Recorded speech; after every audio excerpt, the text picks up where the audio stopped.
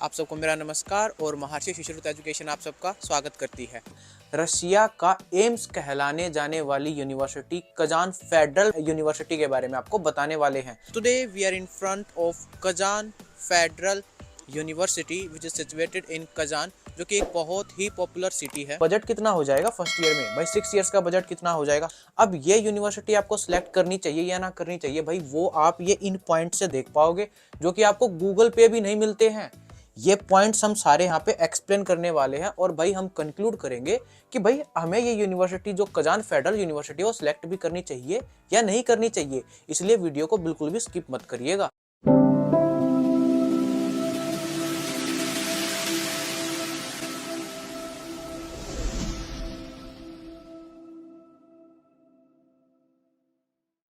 Education है तो मुमकिन है।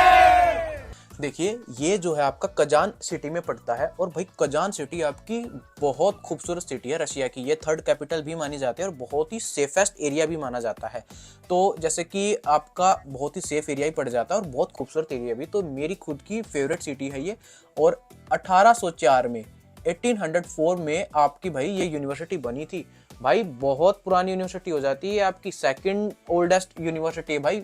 1804 में बनी थी। आप खुद देख सकते हो भाई 200 साल से ऊपर का टाइम हो गया भाई इस यूनिवर्सिटी को बने हुए। और इसका जो कैंपस है वो बहुत ही ब्यूटीफुल है, जिसकी वजह से हम इसको पॉजिटिव पॉइंट देंगे। मॉस्को से डिस्टेंस की बात करूं तो भाई ये आपका 830 किलोमीटर दूर है, मॉस्को से पड़ जाता है। अब मॉस्को से दूर तो हो जाता है भाई, आप सोचोगे भाई ट्रैवल कैसे करेंगे, तो क्योंकि आपकी सारी मोस्ट ऑफ फ्लाइट्स तो भाई मॉस्को से आती है, मॉस्को आपकी कैपिटल भी होगी।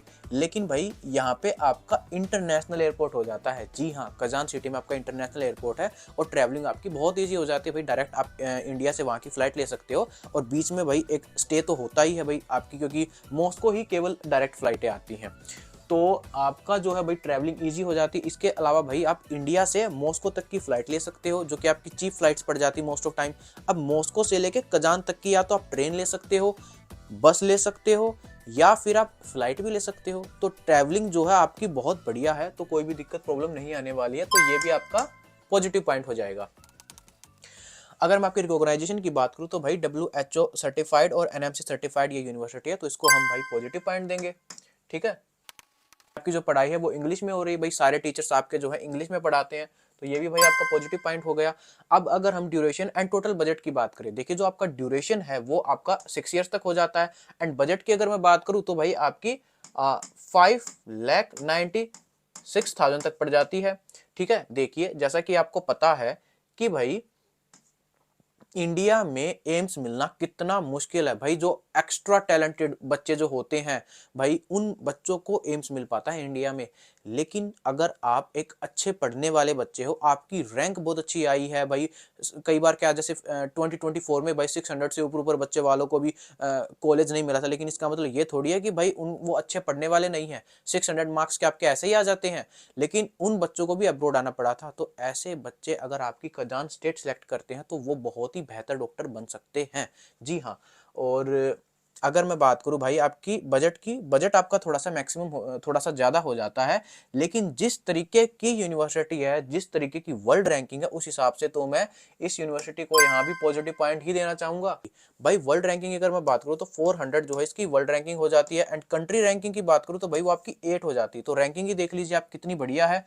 तो यहाँ पे भी हम इसको पॉजिटिव पॉइंट देंगे। अब हम बात करते हैं स्टूडेंट्स की। तो स्टूडेंट्स की अगर मैं बात करूं तो भाई 2010 में जो है फर्स्ट बैच आया था और 2016 में इनको पहली बार डिग्री मिली थी। और अब आपका 2025 तक भाई 2025 तक इसका जो है 11th बैच को डिग्री मिलने वाली है। और 200 तक आपके स्टूडेंट्स आए हुए हैं यहाँ पे। देखिए बहुत ही कम स्टूडेंट्स आते हैं। क्यों कम आते हैं? क्योंकि इसका एक नेगेटिव पॉइंट भी है कि भाई ये यूनिवर्सिटी बहुत ज़्यादा स्ट्रिक्ट है।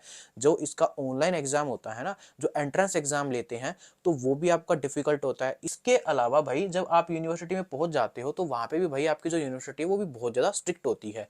तो हमने मोस्ट ऑफ टाइम देखा कि एवरेज बच्चे जो होते हैं तो उनको भी फेल करके यूनिवर्सिटी निकाल देती है। तो इस चीज़ को भी आप अपने माइंड में रखिएगा। तो ये पॉइंट भी आपको साथ के साथ अपने माइंड में लेके चलना है। तो स्टूडेंट्स की बात करें तो भाई 200 प्लस काफ़ी स्टूडेंट्स है, तो यहाँ पे भी इसको पॉजिटिव पॉइंट दे देते हैं। तो ऐसा कोई गलत बात तो हमें इसमें नहीं लग रही है। और अगर मैं एफएमजी पासिंग रेशियो की बात करूँ तो भाई वो आपका 42% तक एफएमजी पासिंग रेशियो है इसका। तो भाई ये भी पॉजिटिव पॉइंट है भाई, बढ़िया एफएमजी पासिंग रेशियो है। इंडियन मैथ्स की अगर मैं बात करूँ तो भाई इंडियन मैथ्स आपकी यहाँ पे नहीं है। तो यहाँ पे इसको हम भाई चलो एक यहाँ पे इसको नेगेटिव पॉइंट दे देते हैं। अगर मैं बात करूँ कैंपस की तो भाई कैंपस इसका बहुत खूबसूरत है, इसको पॉजिटिव पॉइंट देंगे। क्लाइमेट की अगर मैं बात करूं तो भाई क्लाइमेट जो आपकी होती है भाई -7 डिग्री सेल्सियस से लेके भाई 26 डिग्री सेल्सियस तक आपका टेम्परेचर जाता है। तो भाई गर्मियों में बहुत ही फेवरेबल वेदर हो जाती है और माइनस में भी ज्यादा नहीं जाता। तो यहाँ पे भी इसको पॉजिटिव पॉइंट देंगे।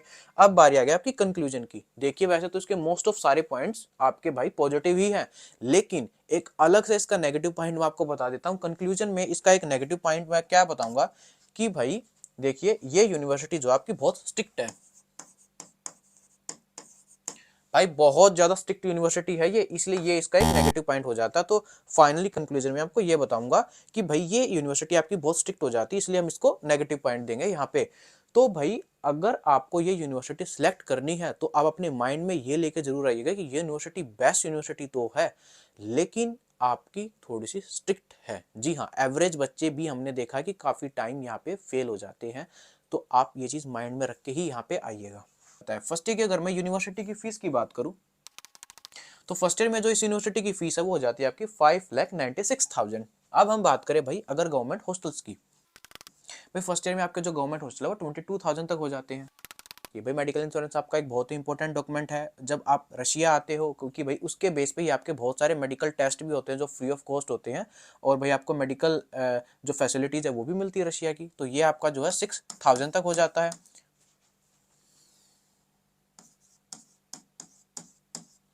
अगर मैं आपके वीजा की बात करूं तो वीजा जो है आपका 1920 में भाई हर ईयर एक्सटेंड हो जाता है। ग्रीन कार्ड जो होता है उसके लिए आपको बहुत सारे मेडिकल चेकअप कराने पड़ते हैं, और मेडिकल चेकअप कराने के बाद आपको एक कार्ड मिलता है कि भाई आप मेडिकली फिट हो और मेडिकली हेल्दी हो।